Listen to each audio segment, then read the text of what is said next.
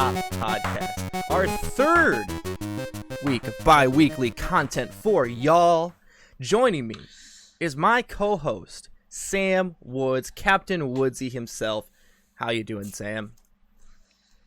I am groovy, my friend.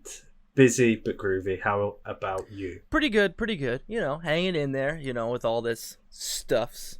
Also fixing my hat because I just realized it's all messed up. But anyways, as you might know, the Co-op Stop is a bi-weekly podcast where Sam Woods and I, and possibly a guest, depending on the week, talk about our love, which is video games. We this week have a special topic for you guys today. And I'll put it in the time codes below before we get into it. But this is our Last of Us Spoilercast episode. I will get to the point. Again, I will put in the time codes where we start talking spoilers. I might start. I mean, never mind. Once we go into spoilers, we're just gonna go into spoilers. I was just gonna say, we might start with something like let's overall impressions. We've done that before. We're ready. Let's go. It's been a month. And a month and a half, I think, at this point. But yeah. Anyways, Sam, what have you been playing?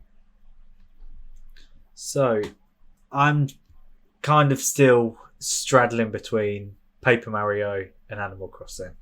And I'm going really back and forward on Paper Mario. Okay. I think the humor's great.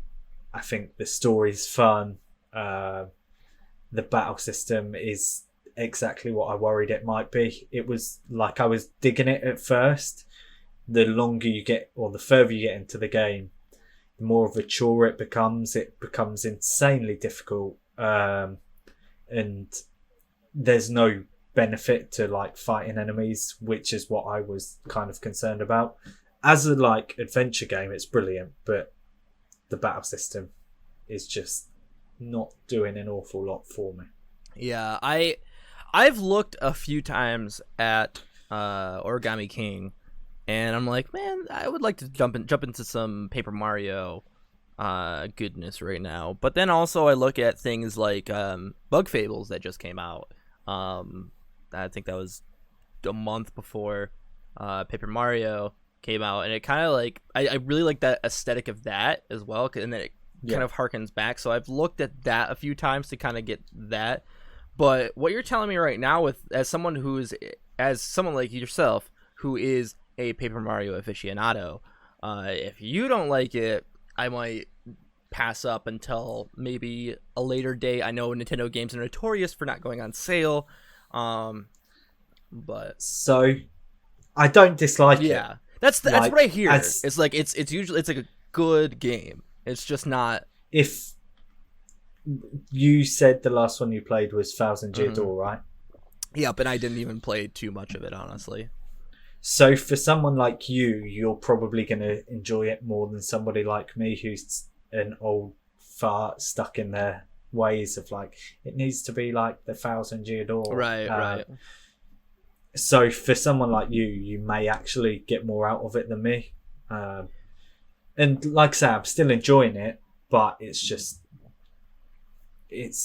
a slog at points. Yeah, I was much more of a fan of the Mario and Luigi series. So Superstar Saga, I played the shit out of.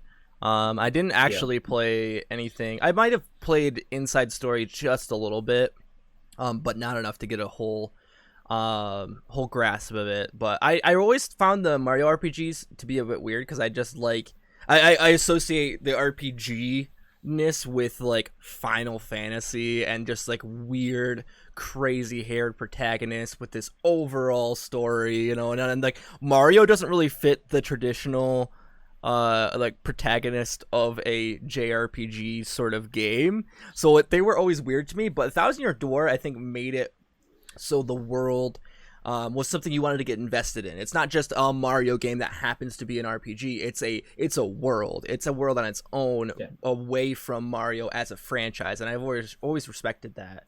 I think part of the problem is the developers have had a lot of the freedoms taken away from them. So there's reports and interviews coming out where they're not allowed to design their new characters now. They just have to have generic Toad and generic Bob-omb. Yeah, and that sucks. generic this. Whereas in games like the Thousand Year Door and a lot of the other Paper Marios, you had like Bobbery, who was a pirate Bob-omb, and Goombella, who was like a explorer Goomba. Like they had some creative freedoms, and again, it's kind of been taken away from them, which is really weird because I mean, like, I see sort of with, and I guess this is also the Star Wars fan in me, but I see sort of with like the Star Wars brand how they're like, oh, we don't want pink Darth Vader in Star Wars Battlefront 2, you know, like that sort of thing, protecting that continuity. But like, Mario is Mario, man. Like, you can kind of just do whatever. And I feel like I said before, I feel like they're separate worlds. Like, Paper Mario is this entirely separate world from Mario proper, just following those themes of Mario itself. So I think that they kind of I admire the fact that they're not sticking with a overall like RPG sort of like turn-based system. Like, they're trying to branch out and do different things, but I don't think that's working for them as well. Like, I don't think that it is satisfying the people who I don't think it's satisfying the people who are diehard fans, want that system back, want and enjoy the clever writing. I don't think that new people are going to play a game that's not Mario itself, you know. But I do like the idea of the system. As someone who hasn't played Origami King, I do like the idea of the system more than I have previous ones that they've tried to iterate on, like Sticker Star and Color Splash, because I just the card-based stuff, I'm like, just not for me, you know. Yeah, I agree. The only other thing I've been playing is I'm reviewing the DLC for Cadence of Hyrule for DualShockers. Nice. So I've been sinking some time into that, and you'll be able to read my thoughts on there hopefully by the time this podcast goes live, if not very soon after. Nice. I like it. Look at you reviewing. But I'm on the flip side of that coin. Now that I've gotten all the footage recorded and done all the stuffs for The Last of Us Part 2 video, which you can check out at youtube.com/DualShockers. It is The Last of Us. It's the first one on there. It's the first Last of Us one on there. It's an editorial about love, and it's amazing. And Rachel did a fantastic job on the write-up. Zombie did a fantastic job on the VO. And from all accounts that I've heard, I've done a fantastic job on the edit. But that's not coming from me. I always know I can do better. Anyways, now that I'm done with that, I have jumped on. I started while I was editing. I started on Ghost of Tsushima, which is the other side of that coin. Because obviously, I'm surprised. Okay, here's what I feel. I'm surprised we did not get Paper Mario and Ghost of Tsushima cross art. You know, I didn't see any out there. There might be some hanging about like we did with Animal Crossing and Doom, because they're just so different. Yep. I think that would have been really cool to see. Anyways, Ghost of Tsushima is basically Sucker Punch being like, so fans have been asking for an Assassin's Creed set in feudal Japan. Let's give it to them, but with a Sucker Punch flair. And that's what they did. Like, it's not much more besides that. The story I find to be interesting, but not compelling. I am enjoying the overall loop of going into camps, taking out the guards, all that, improving my samurai style. I think the best photo mode since Spider-Man, I would say, because I'm just stopping the game and taking photos just all over the place, and in places that I wouldn't even think about doing it. But it's very similar to the feel of Spider-Man for me, where I'm just like, it's very fun. Like, I really enjoy it, but I guess I still enjoy Spider-Man more, but because like I do connect with the Spider-Man as a character more. But I think that I'm still in chapter 1, so like I've been doing side quests, like I've been doing all this stuff. But chapter 1 is huge, though, yeah, isn't it? that's what I've heard.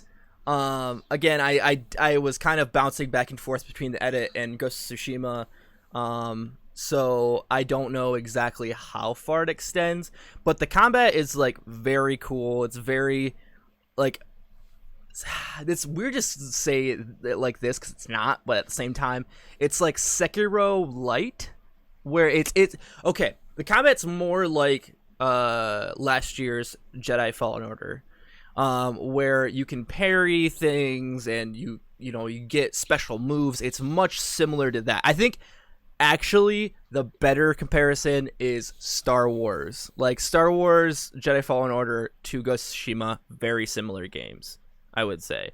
Whereas the story, like, I was interested, but I was not compelled. But the gameplay is what I'm here for. Like, it is tight. It is great. I think that there's different move sets that you can do. It's a video game, and it's nice coming to that off of Last of Us Part 2, because The Last of Us Part 2 is like narrative, like we're dealing with some heavy shit, whereas this just like, nah, just go be a samurai, go play your own Akira Kurosawa film. And I don't even really think it tackles that, honestly, because it's still so video gamey. Like it doesn't feel like a well put together Kurosawa film, but also like it just feels so nice to be in that world that we kind of haven't explored too much, besides like Ninja Gaiden and Tenchu, like in an actual capacity. So gut reaction for, I'm going to explain my kind of takes on video games. You need to give me your gut reaction, one word answer. Will I like Ghosts? I like open worlds. Okay. Open worlds that are too big put me off. It's not too big. Or at least so far, intimidate me a little bit. Not a fan of Assassin's Creed. Mm-hmm. That's a very general point. Okay. But as an overall picture, like, they don't do a huge amount for me. I like the history of Japan. I say definitely give it a shot, because I am somebody who loved like Assassin's Creed Odyssey, and I just love that just meticulous, like, being in that world. And I think that is the base here. The base here is, if you love being in that world, you're going to look past some of the things that are more so-so. With the story, like I said, the story, interesting. It's not what I'm here for. I'm here to be a samurai in this world. Like, I'm buying these cool ass hats. I'm walking around like I'm stalking people, and then the standoffs come up, and I just feel like such a boss when you just like, and just killing people, man. Like, left, like, these damn Mongols are just on the road, and they're ready to mess you up. And nope, that's not gonna happen, because I'm the ghost, motherfucker. But yeah, I really enjoy Ghosts. Definitely not like a perfect game by any means, but it's a great start so far. And then on top of that, I've actually been playing. Yesterday, I started Grounded, which is basically Honey, I Shrunk the Kids, but a survival game, and it's pretty fun. Especially, so I started out playing single player, and trying to get a feel for the world. I love that aesthetic, especially as somebody who grew up with Honey, I Shrunk the Kids, as a movie. I think that it kind of fulfills that feeling. There's way too many spiders. I will say. There is an arachnophobia mode, so it will. I don't know if it takes away the spiders. I didn't put it on, but I think it takes away like the things that make the spiders seem creepy, I guess. But I didn't get too far. It's still in game preview. We quote unquote beat the story yesterday. And it only took us like a couple hours, really. But it's still got a long way to go. But the base there is fun. It is a fun time. I am not a traditional survival game person, but the base that they have there is fun, especially if you get a few friends going. It's really good. And then, do you have anything to say about Grounded, actually, Sam, before I move on to? Looks fine. Yeah. Probably won't play it. My laptop's not good enough. I haven't booted up my Xbox for a year and a half now. Yeah. So, great. I'm sure it's a good game.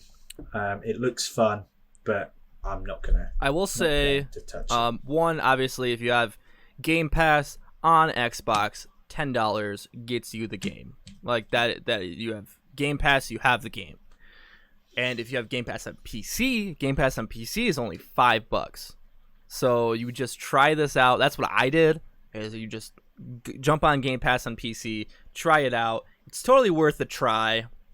I think that they still have a long way to go, but I think Obsidian is really bringing their flair to this genre, and I'm really enjoying it. Like, it's definitely feels like I'm existing in this world, and I think that's something that Obsidian does so very well.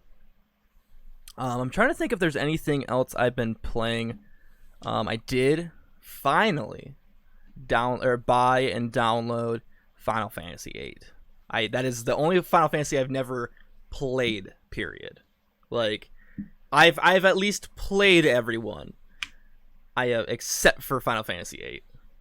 I think and 11. Like, I didn't play 11 when it was out, but like I played 14, played 15. At least the mainline ones. But yeah, I played the 13 saga. Didn't get too far in those. But anyways, might have an update for that later. Anyways, let us get into the news. Top 3 news stories of this week. Xbox held their Xbox Games Showcase, revealing what the future holds for Series X. I would say some highlights include, especially number one, I'd say, is Halo. That Halo footage got my blood boiling, my blood pumping. Let's go. Let's get back into this Master Chief action. I think that the at least the little story bit that we got seems like they're kind of going in a more tongue-in-cheek way, but still keeping that deep Halo story. Another one that I really liked was Avowed. It touched that Skyrim sort of bone for me. I think that's going to be really cool. I don't think that game's coming out till like 2022 at the earliest. And then, of course, speaking of games that aren't coming out till 2037, the new Fable was finally announced by Playground Games. And, of course, Xbox killing it with the service that is Game Pass. Everything, every last thing you saw at the show coming to Game Pass day 1. Sam, what are your thoughts? I'm super stoked for a new Fable. Like, they were peak 360 games for me. I really, really dug them on 360. They were kind of where I grew up on Nintendo. They were my first forays into like super exploration kind of games. Obviously, I had Mario and stuff like that, but this was a different style of game for me. So I'm super looking forward to that. I think Avowed looked fantastic from what we saw. Maybe not fantastic because we didn't really see much, but exciting. I think there's a lot they can do there, and there's only so many times you can play through Skyrim. So it's about time we got a new Skyrim. Halo, I'll be honest. Is that a... Sam? Explain yourself. Yeah. Not Halo guy. Okay, that's fair. That's fair then. I played some Halo 3. like with friends, but just not. Never really resonated with me. Yeah, just not. That's the other thing is like, so as someone who is not a Halo fan, because I am a lapsed Halo fan. I really enjoyed Halo around 3 through Reach.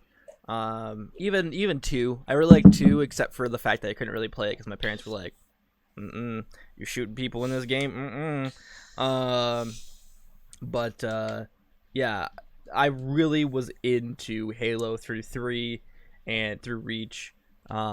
Very good games. And then 4 I liked quite a bit, and I got the Xbox console, the 360 console for 4, and then 5. Of course, the story was notoriously not good. Let me tell you, not even close. However, the multiplayer was fantastic. Anyways, besides that history, I think that Halo Infinite looks like it's going to reinvigorate the franchise. Hopefully, we get these cool set pieces. Looks like they're getting back to the basics, without totally killing the franchise, and rebooting.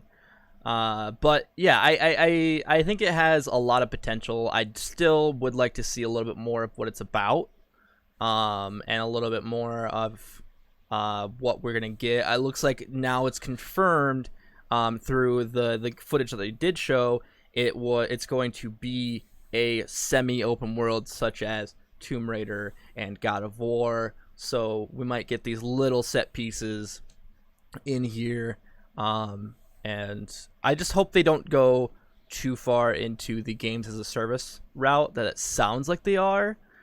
Yeah. But we'll see. And again, on top of what you were saying before, I'm glad that we're getting a new Fable. We're not getting it anytime soon, I tell you what. Absolutely and not. I hope that Playground does it justice. Like, I think that Lionhead brought something that was so special to it, and I hope that the writing of Playground is on top, because Playground really has only done Forza Horizon from what I've understood. That's the main one, yeah. So we'll see if they can capture that world. I'm like cautiously optimistic with the new Fable, I guess. And then Avowed. So Avowed is what I'm really excited for, because it's by Obsidian. Again, not a game we're gonna get anytime soon. But it's made by Obsidian. Gave us Fallout New Vegas from Fallout 3. So if they can do that with quote unquote Skyrim, a Skyrim type game, Elder Scrolls type game, we literally on the DualShocker stream were like, is Obsidian doing Elder Scrolls? You know, but yeah, I think that has a lot of potential to be something really cool to check out. Moving right down the list. Oh, hold on. We have audio device detected. It keeps thinking that I have an audio device that I'm putting in, and I'm not putting in. I swear to you, computer. I swear to you, I'm not putting in an audio device. But we just want to run through Animal Crossing's second summer update confirmed. A video on Nintendo's official Animal Crossing Twitter account confirmed July 30th. Fireworks, custom fireworks, Dream Islands, and the big one, backing up your island save, are coming to Animal Crossing. Sam, this is really cool. Yeah, the island backup is something that should have been there from the start. I agree. I dread to think how many people have actually lost progress. My cousin's one of them. Because my cousin was playing Animal Crossing. He's like, I'm never playing Animal Crossing again because my son deleted my save, is what he said. And I'm like, well, I mean, like, I could help you, you know, like I have stuffs. But I doubt that he will go back to it. But yeah, that should have been there from the start, but I get it. The other two bits are fine. This is probably the least exciting update, or the egg stuff I was excited for until it turned out to be just a garbage truck on fire. Man, I hated the eggs. That's where I like totally dropped off. Yeah. So this is probably like the fireworks stuff. fine, cool. Mm-hmm. And the Dream Island. Yeah, I kind of agree. It's something that's cool, but not like overtly cool. And then of course our last story, a big one. Modern Warfare 2 Remastered and Fall Guys join August PlayStation Plus. This, to me, is huge. The fact that one of the biggest Call of Duties of all times remaster that released, I don't know how big the remaster itself was, but one of the biggest Call of Duty games in general, the remaster that released, was it 3 months ago? Time is irrelevant at this point. But just released a couple months ago, is now on PlayStation Plus, on top of the fact that Fall Guys releases day and date with PlayStation Plus. I think it's going to be huge. I think that's going to be great for Fall Guys, specifically because the last time we saw this was with Rocket League, and we all know how that turned out itself. Sam, what do you think? Yeah, I'm so down to play some Fall Guys. Like, the beta happened last weekend, and I wasn't invited. Getting the violins out. But I am stoked to get involved with it, especially now it's free. Yeah, I absolutely agree. I was going to pick it up. I've been kind of keeping my eyes on it since it was announced. I think it Devolver last year. Does that sound right? Maybe even 2 years ago. I know it was one of the Devolver's showcases, I feel. Yeah. But anyways, God, this stupid... Oh, okay, hold on. I'm sorry. Don't show me this again. There we go. All right. Sorry for that, everybody. Anyways, yes. Fall Guys is going to be huge. I was going to buy it anyways, but now that we got it on PlayStation Plus, it is going to be humongous. And as you're probably listening to this podcast right now, I believe another technical beta is happening just before the launch. So you can all go out there and play it. Unfortunately, I still don't think it is carried over. Your save is carried over, which I don't think it really matters because it seems like the only thing that's tied to the quote unquote save is your costumes and such. We have a gameplay video over at Dual Shockers if you want to check it out as well. Just shameless plug for Dual Shockers. And without further ado, this is your time, everybody. If you have not completed The Last of Us Part 2, I urge you... Get out. Urge you to leave right now. I love you. Or again, I said, time codes will be in the description below. If you want to just go, I want to check out that game, you just go right there. I swear to you, I will put it right after. It'll be a long pause. Be good. So, last chance. You're doing it. You're doing it to yourself. Okay? Get out. Ready? Get out. Get out. Get out now. Sam, The Last of Us. Let me tell you. I had to drink a couple of bottles of wine after Last of Us because damn, such a bad game, right? So bad. Terrible. I know, it's just awful. Oh my god, this stupid. Hold on, sorry guys. This the audio device, the Phantom audio device. I swear it's you, Sam. I know it's you. Keeps popping up. Anyways, totally not to do with The Last of Us Part 2. Yeah, The Last of Us Part 2 was such a wonderful expansion on the first one. I think everything with Abby leading up. Oh, the first question I really have for you, Sam. Yes. Whose side are you on? And why is it Dina's? Because I am totally on side Dina. Abby's not great. Ellie's not great at this point. Abby's better than Ellie, I would say. Because Abby had the revenge, realized, hey, hold on here. She had some obsession. She's like, hold on here. Shit's happening. Maybe I shouldn't have done this. I'm a terrible person. Whereas Ellie's just like, no, I don't fucking care. And just bashing people's heads in left and right. I don't know, man. It's not worth it. It's not worth it. Especially at the end when we see, with Elliot with the guitar. I thought it was so beautiful.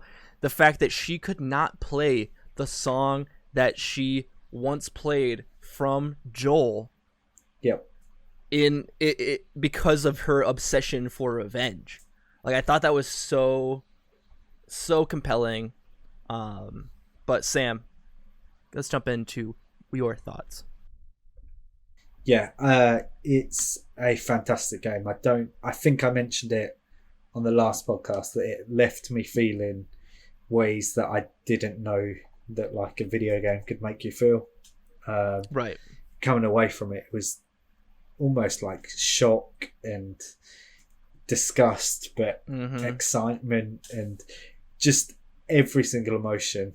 That it was very well written.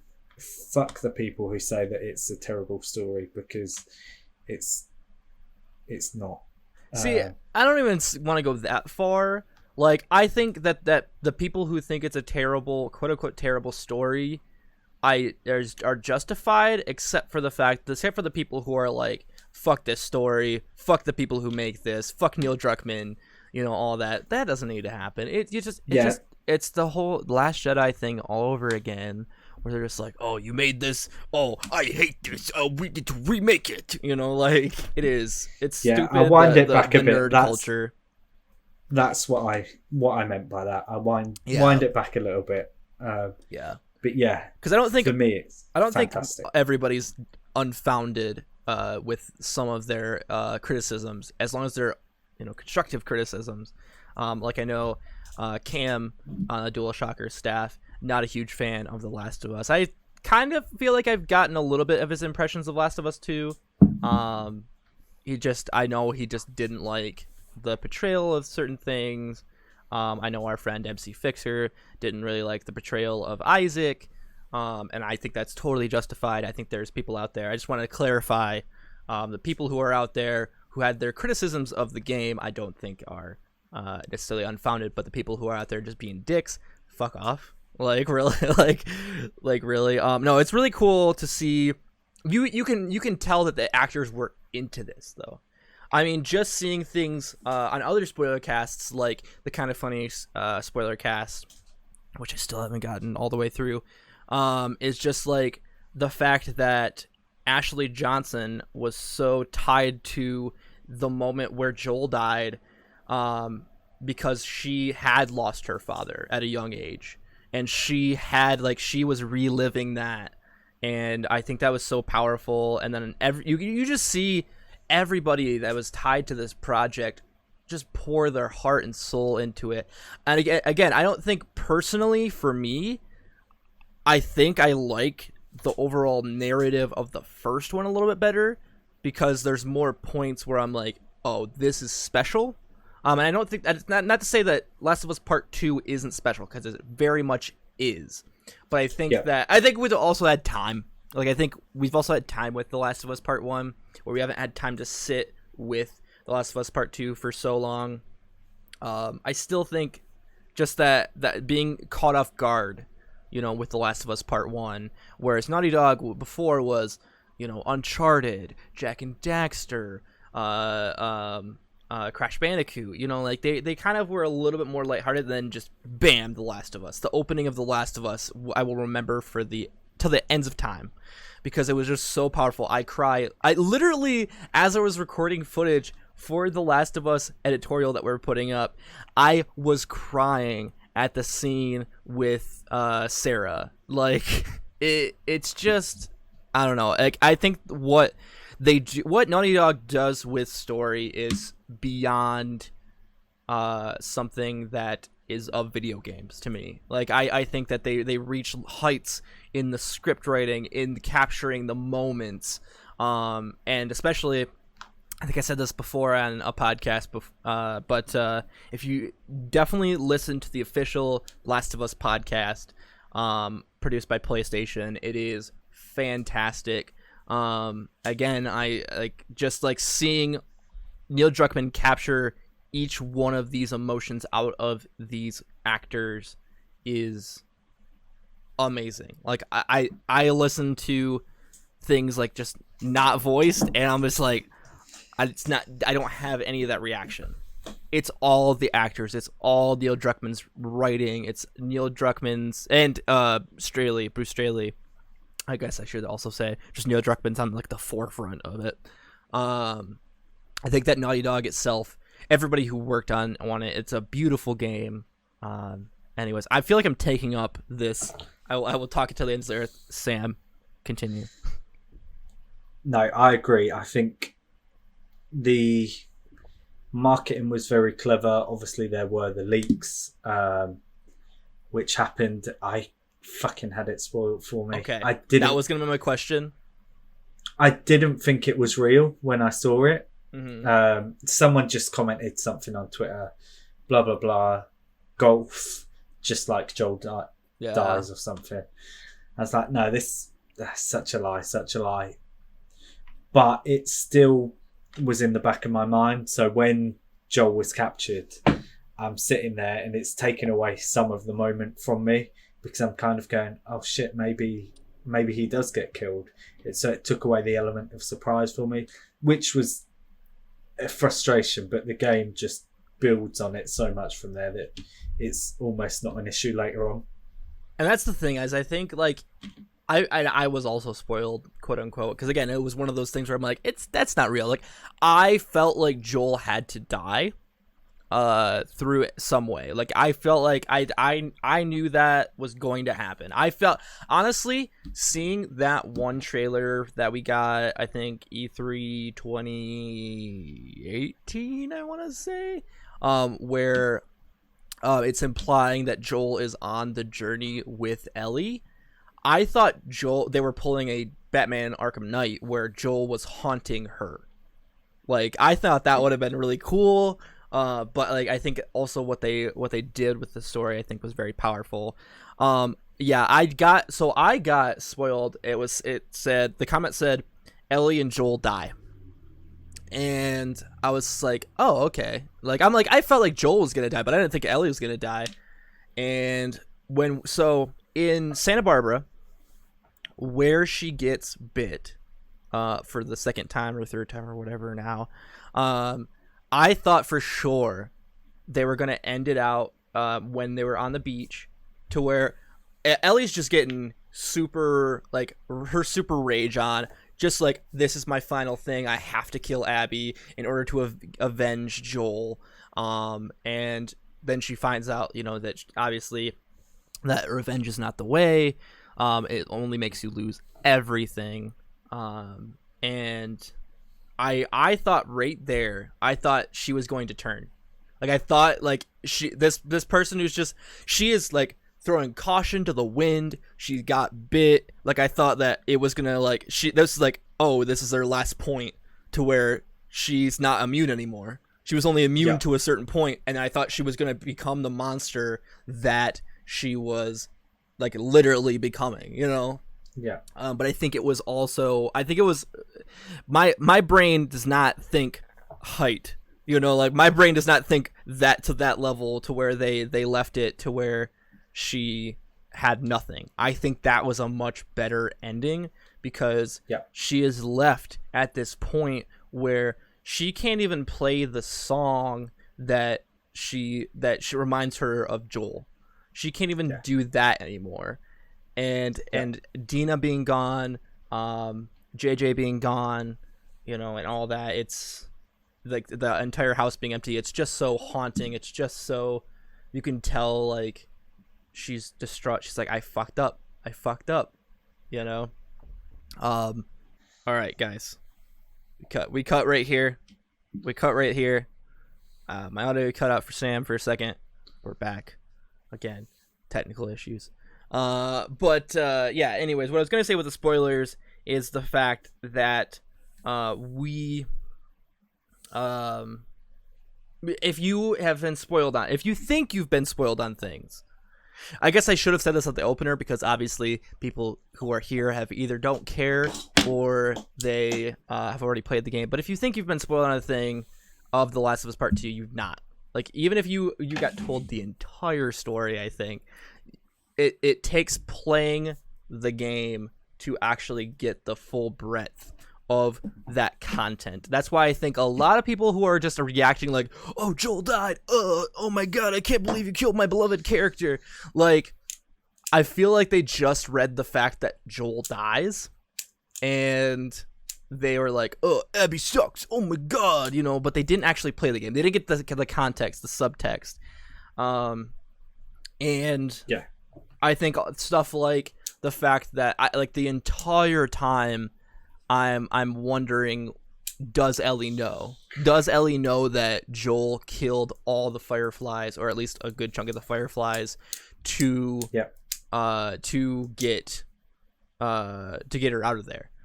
And I thought for sure, like, by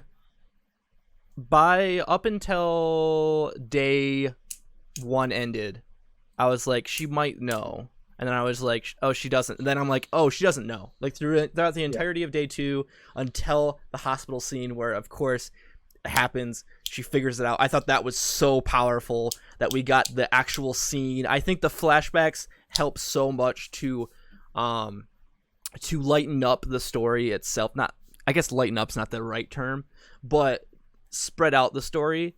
To get the stuff that I like. The flashbacks were what I thought Last of Us Part 2 was going to be, and I think that put in the places that they were really meshed. I think I do agree with some criticism that we could have got Abby's story first. That way we know, like, her going into it, and then we figure out, oh, she kills Joel, you know, and that. But also, I don't think that would have worked as well.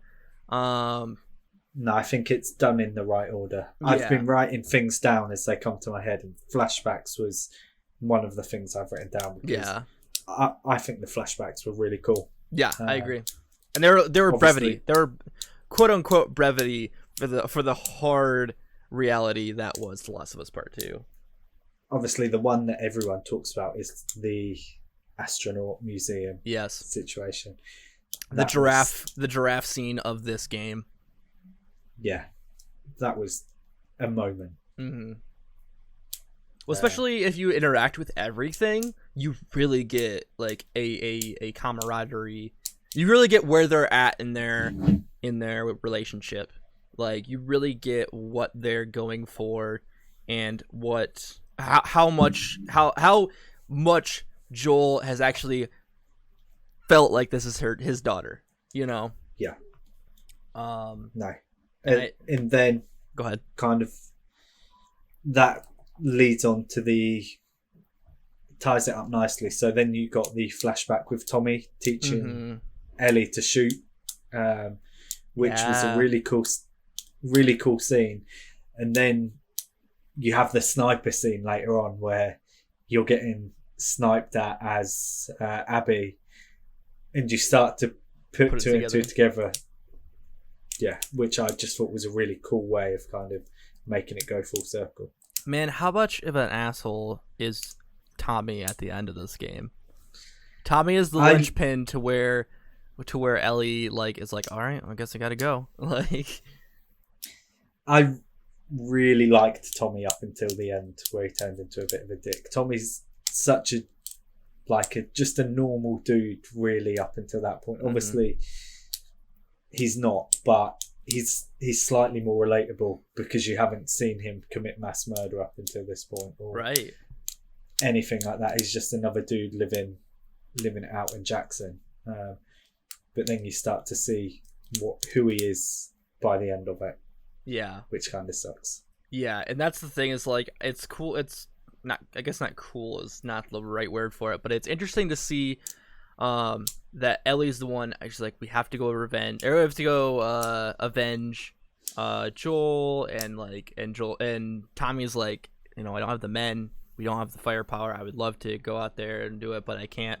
And by the end of it, it's Joel. It's not Joel. It's Tommy who's coming back and saying, "Hey, you promised me. You promised me you would kill her and revenge Joel." And she's already haunted by the memory of Joel. So that is just the thing that pushed them over the edge.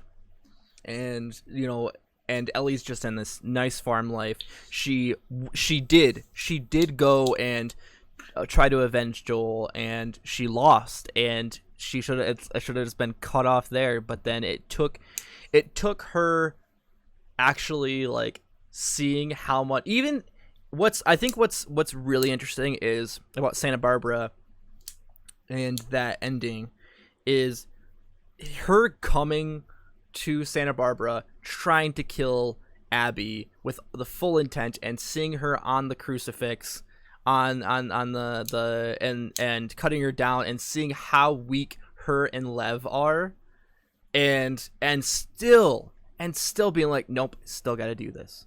I still gotta do this. And that's when you know how far she's dropped. She could have just been like, nope, like they've already been punished. Like, this is fucked up. But I think that there's a lot of themes in there. Also, I think that the relationship between Abby and Lev was my favorite part of the entire story. I think that we definitely have a new quote unquote Joel and Ellie story. In my opinion, and a better one. Not a necessarily better one. Maybe a better one. I actually might say a better one. Because I think the fact that she's just on a better path than Joel was, whereas Joel is just like, I'm going to do anything for people who are around me, and maybe we'll see Abby do that, possibly in a part 3. But I think that even just lines like the throwaway, it goes back to Last of Us Part 1, to where like the throwaway lines that aren't necessarily throwaway during the gameplay segments, where you're fighting the Seraphites with Lev and Abby, and Abby's like, they called you Lily, like, you want to talk about that? And he goes no, and she's like, okay, like that. I don't need anything else. Like, that's so perfect. Like to how they can like put the representation in there, and also make it feel natural, and make it feel like it should be. Like it's one of those things like Rogue Legacy. Totally going off subject here. Like Rogue Legacy with the gay character, where people are like, hey, like what is the gay, like, oh, they have all these powers, like the colorblind changes the colors of it, and all this, and it's like, what does the gay character do? Oh, it does nothing. You're just gay.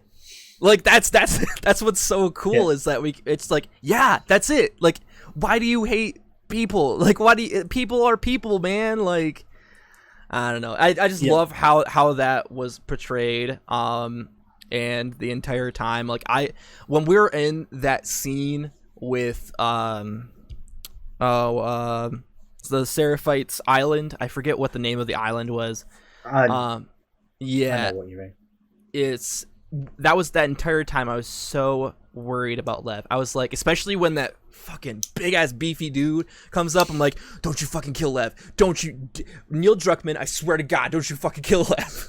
And sure enough, Lev held his own, and so did Abby. And it's like the creepiness of that guy's like mouth just being split the fuck open, like, I think that relationship I connected with. That was the part where I connected with a lot more, was Abby and Lev's relationship, because it reminded me of a better version of the Joel and Ellie relationship, especially when we get to Santa Barbara initially, when they're joking, they're both joking around, they're both like, like almost like a brother sister sort of thing, or like even mother son. I was trying to think of like what, but I think that relationship really connected with me, and at the end, like, I really felt their relationship more than I did Ellie and Dina's, because I think that Ellie was unsavable at that point. But then on top of that, I would also say that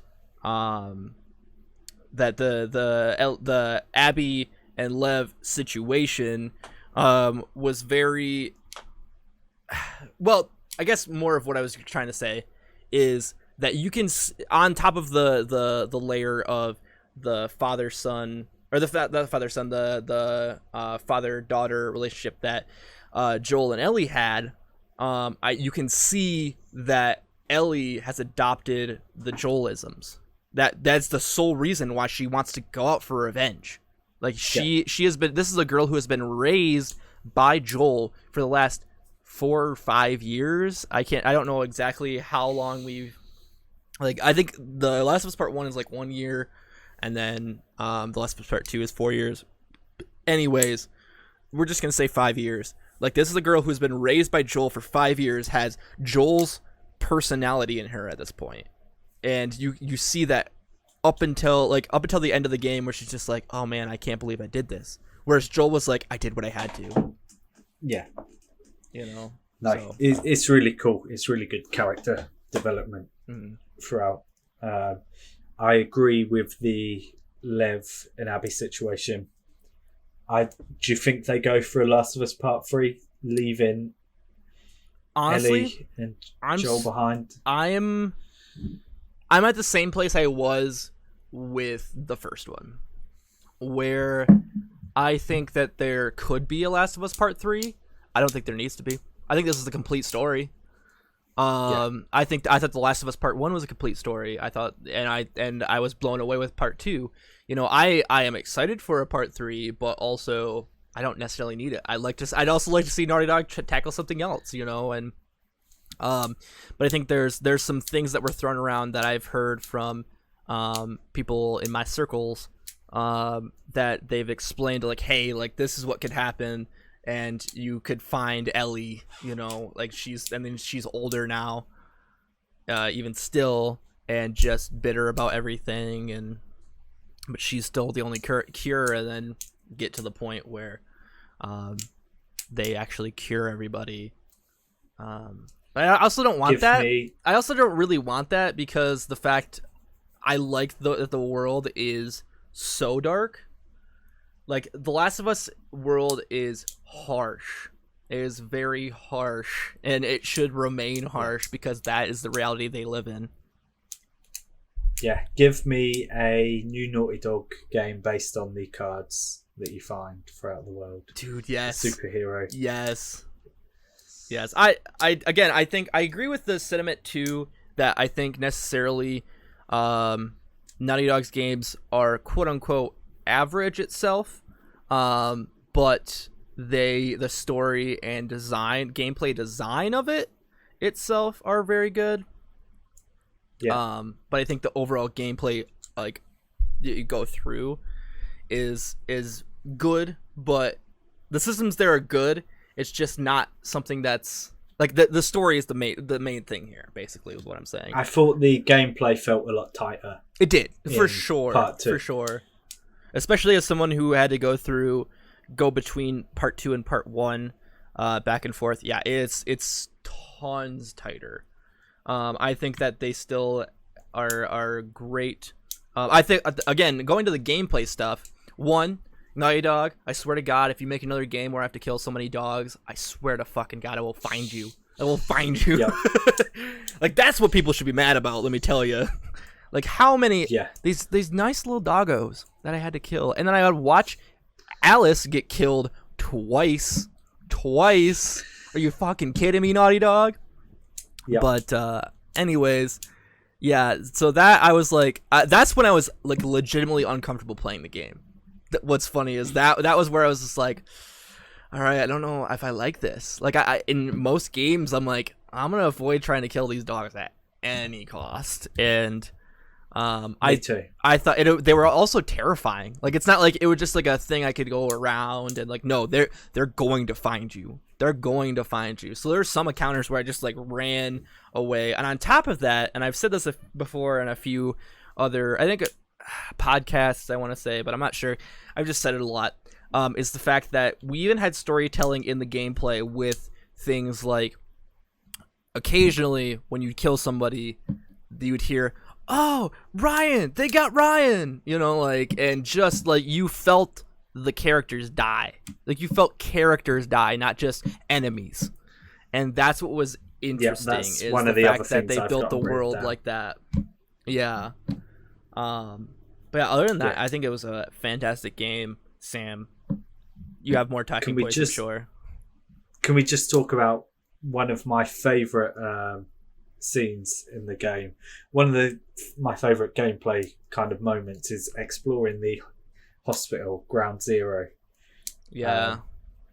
I fucking loved that bit. Just kind of seeing where it all kicked off. The Rat King, is it? Dude, that Rat King, one of the best Resident Evil bosses of the last 10 years, let me tell you. Yeah, that dude was terrifying. So yeah, I really enjoyed kind of the game as a whole, but I thought the action-packed moments were done really well. So that section and the Seraphite Island were both really good. The fear that I felt walking across the bridge in the sky. Yes. Uh, Yeah, you definitely felt that with the characters. Like you were immersed in that. Like this is the most immersed I feel like I've been in a third person game. Where I'm like, I am those characters. Like, and I appreciate like it goes back to the fact of, in The Last of Us Part 1 where they're like, oh, like, should you have had the choice to kill the doctor? Should you have no, this is a story. This is a story that Naughty Dog wants to tell. And that's, I love that. I love the fact that we're not making compromises. We're like, oh, you don't have to kill the doctors. Oh, you don't have to go track down Abby. No, this is what's happening. This is the story. Yeah. And if you don't like it, you can go play another game. Like that's, I like the fact that they stuck to their guns. They're like, this is what we're trying to tell. And if we have another story, we'll get it out to you. But they very much, I think that they very much could just milk it and just be like, oh, The Last of Us, people are gonna buy The Last of Us, but I don't think they do. I think what they do is they're like, okay, let's get a story behind us, and whereas a lot of franchises take it to where, oh, okay, there's going to be a sequel. There's going to be a sequel. Either one of these Last of Us games, I have not felt like there even needs to be a sequel. I'm just like, this is a perfect game. Here we go. Like that's it. I don't even think Neil Druckmann knows if there's going to be a sequel. No. Like, listen to him speaking about after the first one. He didn't seem sure whether he was going to do it, whether Naughty Dog wanted it, and then it kind of just happened. And I feel like it's the same for this one. He wrote it as a complete story. If a sequel happens, it will happen. But I don't think he's written it with the pretense of there being one. However, if there is one, you just know that he's going to put his heart and soul into it. Right. Like you say, it's not going to be just, oh, it's The Last of Us. It's going to have The Last of Us name on it, so it's going to sell. You know, he's going to put blood, sweat, and tears into it to make it the best game he possibly can. Right. Another thing I wanted to say about the gameplay, just in day one, I think the most interesting stuff, like exploration wise, was definitely in day one. Of course, the take on me scene, so powerful. Yeah. Even just walking through that record shop and just like exploring what like the dialogue and all that. Of course, and then leading up to Take On Me, I thought what was really cool is going into the LGBTQ bookstore, where you had Ellie and Dina, who are these LGBTQ women, and they grew up in a world where they didn't know what the LGBTQ flag was, or the bisexual flag. I think was also in there. Like. Yeah.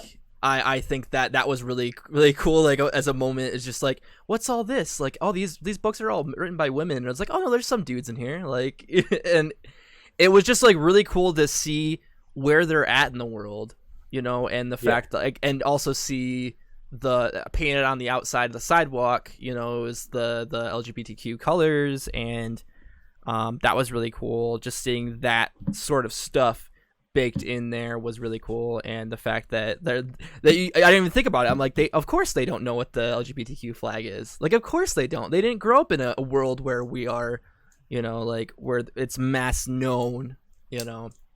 So I thought that was really a cool little bit of just storytelling, just in the gameplay. You know, like there's so many other moments like that too, where there's just like, oh, we're trying to figure out where Ellie is and Dina, I guess, are like with their knowledge of the previous world before The Last of Us. Especially did Joel ever tell Ellie that was a Pearl Jam song? Did Joel ever tell Ellie that was Aha, Take on Me? Like, or did he just like, yes, so I wrote this song, here we go. Anyways, here's Wonderwall, you know, like like I feel like that was the other thing I took away in this world is like you can probably get away with a lot, just be like, yeah, I wrote this amazing song, like but anyways, I was the inventor of butter. Just get away with anything. I think we've kind of touched on everything I had written down. Yeah, I think so. I think for me as well, another fantastic game. All right, everybody, this is the signal. This is the signal. Spoilers are gone. All right. We are back. Thank you for coming back to the time code. If you are here, appreciate you. Come back for The Last of Us Part 2 spoiler discussion. It'll be here. I swear to you, it will be here, and it will be great. And complete the game. It's a great game. Anyways, without further ado, let's get into our game of the week. Game of the week. All right. The Calm Phantoms have the lead. But the Defiant Stallions are gonna come back, let me tell you. God damn it. So yeah, you've got a chance to take the lead for the first time this week because it's flipped back round now to your turn to do the quiz that I've lovingly prepared for you. Yes. That's been sat in my files for about 7 weeks since the inception of the podcast because I thought I was the first one doing the quiz and it turns out it was you. So yeah, I've had these questions prepared for a very long time. Do you want to know what your topic is? Give them to me. I swear. Your topic. I swear if you give me a super hard one. No, so obviously the topic you had for me was, does it have a Switch port? Mm-hmm. The topic I have for you, oh no, it's crashed. Microsoft Word has crashed. There we go. Crash? It's Crash? Is fictional video game locations. I'm gonna ask you a question. I'm gonna give you 2 locations, one of which is the right answer, one of which is the wrong answer, and you need to do it. You need to rock it. I don't think I'm gonna do good on this one. I'm terrible with locations. I've not been a dick about it. I know. I it's not you, it's me. Like I know. All right, let's get it on. Let's go. Okay, so what is the name of the hub island that Mario visits in Super Mario Sunshine? Isle Delphine. Oh. I mean, you've got multiple choice, but yeah, that's correct. Yeah. I was like, that one I know, surprisingly. As someone who has never played Super Mario Sunshine, let me tell you. GTA 4 is set in which fictional city? Liberty City. There we go. See, I told you. Dude, I am doing good. Too easy. This one. This is easy. What's the name of the settlement deep in Fallout 3's wasteland that is built around a nuclear bomb? I've got the multiple choice. You don't lose anything. Okay. Nuketown or Megaton? Megaton. Yeah, because Nuketown is the Black Ops thingy. Call of Duty, yeah. This one might be a bit more tricky for you. Okay. What is the name of the hometown in Pokemon Gold and Silver? Little Root Town. Is that right? Give me multiple choice. The multiple choice questions I've got, or the answer I've got, are New Bark Town or New Bark Town. It's New Bark Town. Or Little Root Town. New Bark Town. He's sticking with New Bark Town, even though It's New Bark Town. It is New Bark Town. I was gonna say, I'm like, if I don't get this, one, Kim Hawkins is gonna kick my ass because I love Pokemon Crystal. We both love Pokemon Crystal. If I didn't get that, one of my favorite songs. What's Little Root? I can't remember. Is that Ruby Sapphire? That might be. I was like, I know it's like there's like Little Root, New Bark, like the. Anyways, when you said Little Root Town, I had a feeling that you might stick to your guns and get it wrong. No. Once I heard New Bark, I'm like, nope, I know this. Finally, I still feel kind of ashamed, but what is the fictional airborne city in BioShock Infinite? The multiple choice will give it away.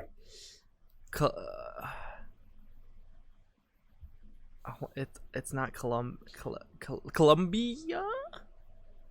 Multiple choice. The multiple choices are Argentina or Colombia. In Colombia, yeah. 5 for 5. There we go. I told you. Woo! I told you. If I didn't have the multiple choice, though, it might have been a little bit of hot water there.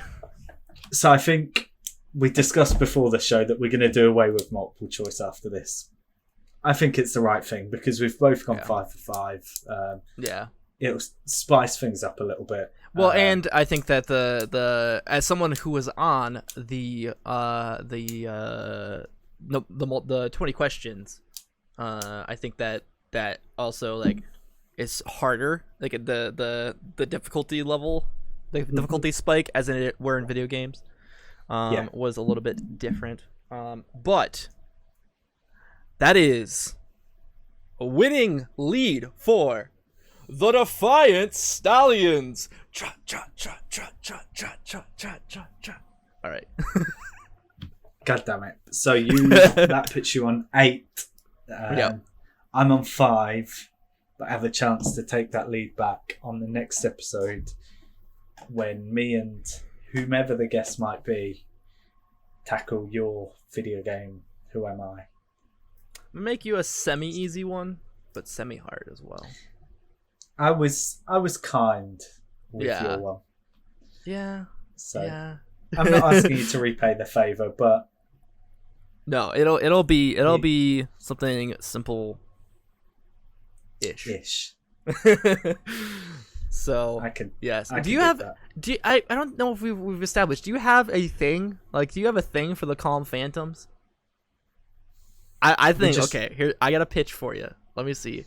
The Calm Phantoms. That's not calm.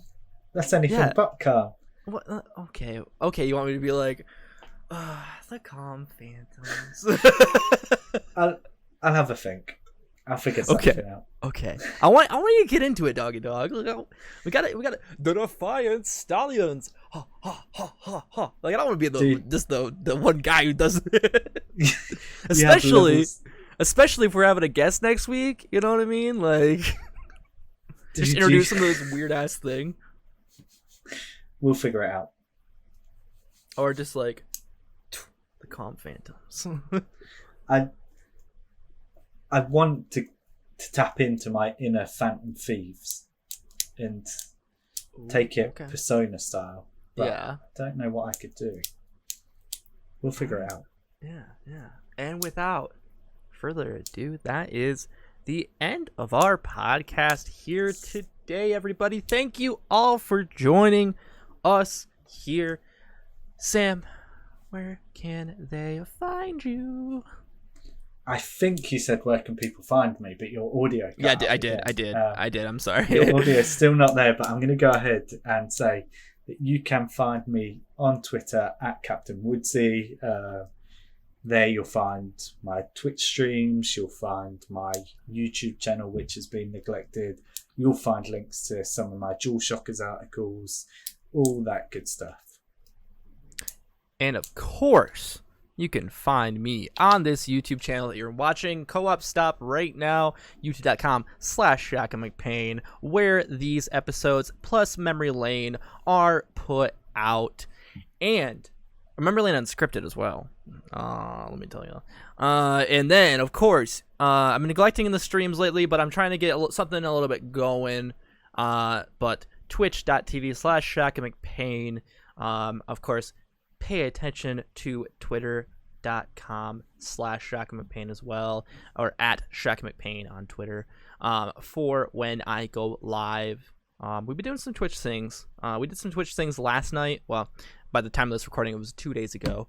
But yeah, we're hopefully still do 3 times a week. Last week we did not reach that threshold. But we're getting close. We're getting close this week. We got two under our belt. Maybe we'll do a third. But anyways, as always, thank you everybody for watching the Co-op Stop. Appreciate you, Sam. Thank you for co-hosting. Thank you for being you. And thank you as well. Good night, everybody. Peace out.